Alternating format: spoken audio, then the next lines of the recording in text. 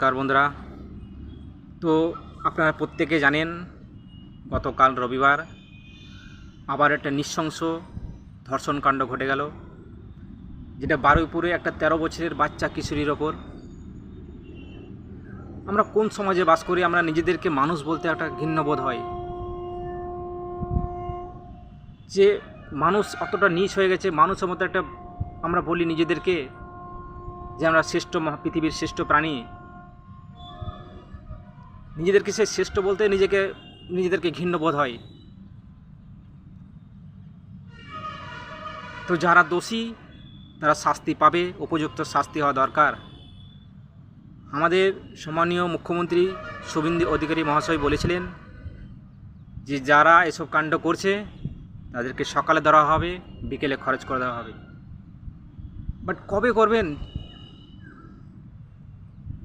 আজ ইদানিং এক মাসের মধ্যে 8 থেকে 9টা কাণ্ড এসব ঘটে গেল। আপনি দেখলেন ইদানিং একটা দুর্গাপুরে একটা সাঁওতালি কিশোরীর ওপর কীভাবে একটা ধর্ষণ কাণ্ড ঘটল। এরকম অনেক প্রতিনিয়ত ঘটছে আপনার। তো এইসব নরখাদকগুলোকে কবে আপনারা শেষ করবেন? আজ সমাজটা এরা শেষ করে ফেলেছে। এরা যারা এইসব কাণ্ড করছে তাদের উপযুক্ত শাস্তি হওয়া দরকার। কারণ এদের কোনো জাত হয় না, এদের কোনো ধর্ম হয় না। এরা হচ্ছে নরপিশাচ, এরা হচ্ছে নরখাদক। এদেরকে সমাজে না রাখাটাই সবথেকে বেটার।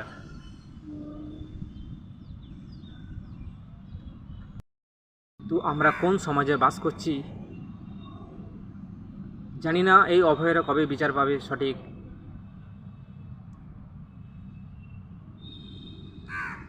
হয়তো আগের সরকারের উপর আমাদের আস্থা ছিল না অতটা, কি এই সরকারের উপর পুরো আস্থা আছে যে পুরো বিচার আমাদেরকে দেবেন ঠিকঠাক। এই অভয়েরা বিচার পাবে। আর যেনারা এই কাণ্ডগুলো করছেন আমার মনে হয় না তাদেরকে পৃথিবীতে রাখার কোনো দরকার আছে।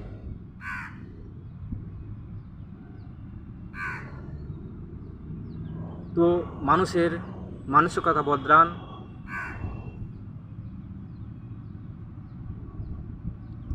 আশায় রইলাম কবে বিচার পাই। যেদিন বিচার পাবে সেদিন আবার একটা ভিডিও নিয়ে আসবো। সেদিন গর্ববোধ করব আমাদের মুখ্যমন্ত্রীর ওপর যে হ্যাঁ, আমরা মুখ্যমন্ত্রী পেয়েছি নিজেদের মতো, যে আমাদের জন্য ভাবে, যে অভয়ের জন্য ভাবে, যে মহিলাদের জন্য ভাবে।